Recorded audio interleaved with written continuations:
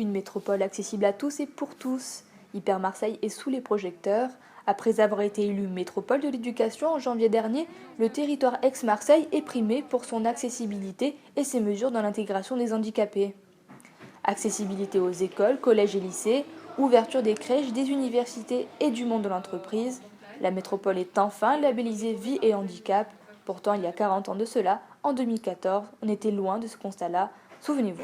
À l'heure actuelle, en 2014, la situation des personnes handicapées reste relativement mauvaise, bien qu'il y ait des avancées législatives tout à fait intéressantes, comme par exemple la loi de 2005, de l'égalité des droits et des chances, de la participation et de la citoyenneté, qui garantissent beaucoup de droits d'accueil, d'orientation, l'accès au travail, l'accès à l'école, les droits citoyens, la reconnaissance des aidants. Donc il y a un arsenal législatif qui est assez généreux et positif, mais on reste dans une situation où la société ne considère pas la personne handicapée, en particulier la personne handicapée mentale, comme un citoyen à part entière, et on a l'habitude de dire dans nos milieux que le parcours de vie d'une personne handicapée est surtout un parcours du combattant avec beaucoup d'obstacles à franchir et des moments de rupture très importants dans sa vie.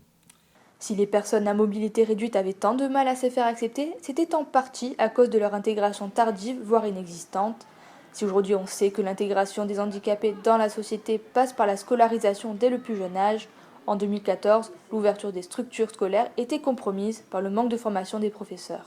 Il faut former les enseignants, mais pas les former à agir avec des enfants différents, les former à accueillir la différence. Moi aujourd'hui, je trouve que c'est vraiment, je ne sais pas dire quel mot, tellement je trouve que c'est un scandale en fait, qu'à l'école, on ait quelques enfants en situation de handicap, avec une AVS qui fait peut-être ce qu'elle peut, mais souvent c'est pas assez au vu du nombre d'heures, et qu'un enseignant soit incapable d'adapter ses contenus parce qu'il y a un ou deux enfants qui apprennent différemment. Je pense qu'un instituteur, on ne doit pas considérer les enfants en situation de handicap seulement au regard de cette situation. Ce sont avant tout des enfants. Je pense que depuis des années, l'école se réforme pour arrêter de considérer uniquement l'élève, mais regarder l'enfant. Maintenant, il faut regarder tous les enfants parce que la société s'est ouverte et il faut aussi que les enseignants aient cette compétence. Et je pense que comme vous disiez, il y a la formation, mais il y a aussi un certain nombre de valeurs humaines et de missions que l'école doit retrouver. Et pour moi, la mission de l'école, elle est ouverte sur la société. Et la société, aujourd'hui, elle veut accueillir tout le monde. Autre problème majeur de la métropole de 2014, le manque de structure et d'accès pour les personnes à mobilité réduite. Un des problèmes qui m'apparaît le plus important, c'est quand même qu'il y ait 3, peut-être 4, mais je ne suis même pas sûre, stations équipées d'ascenseurs, donc qui permettent à des personnes, comme on dit, en mobilité réduite, d'accéder au métro. C'est quand même un scandale, surtout dans la mesure où, encore aujourd'hui, des personnes en situation de handicap se voient refuser l'accès du métro. Ça, en 2050, ça ne doit plus être possible.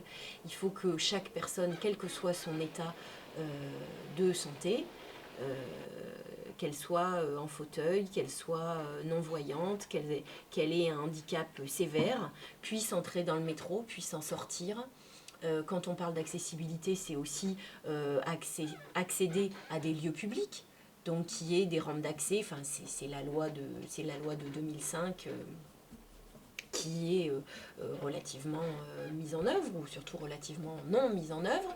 Et ça, il faut aussi faire évoluer. Quoique repoussée à 2020, la loi de 2005 obligeant à améliorer l'accessibilité aux handicapés dans la société a fait son chemin. Aujourd'hui, tous les métros, tramways et bus ont un accès optimal. Les entreprises, quant à elles, ont triplé le nombre de postes réservés à ces personnes. Enfin, depuis 5 ans déjà, les listes électorales ont elles aussi un quota à respecter pour que les handicapés aient enfin leur mot à dire dans notre société.